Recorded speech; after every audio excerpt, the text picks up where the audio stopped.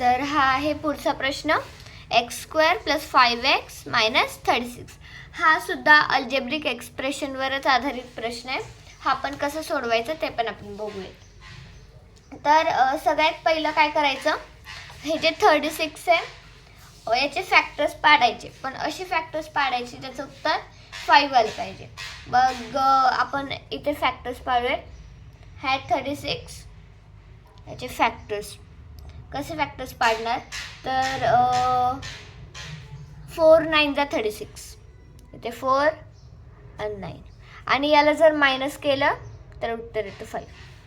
पाडले आपण फॅक्टर्स, उत्तर आपलं आलंय 5.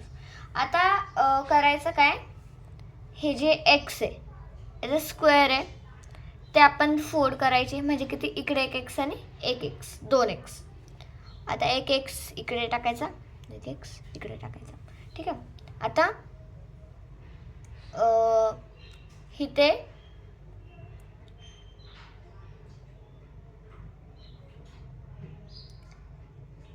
जी मोठी संख्या आहे ती पहिली लिहायची, आणि मोठी संख्या ही मोठी आहे 4 पेक्षा, त्यामुळे याला प्लसचं चिन्ह द्यायचं, +9.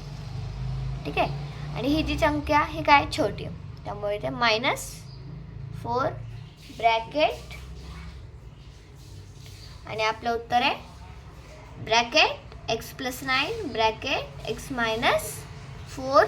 हे आहे आपलं करेक्ट आन्सर.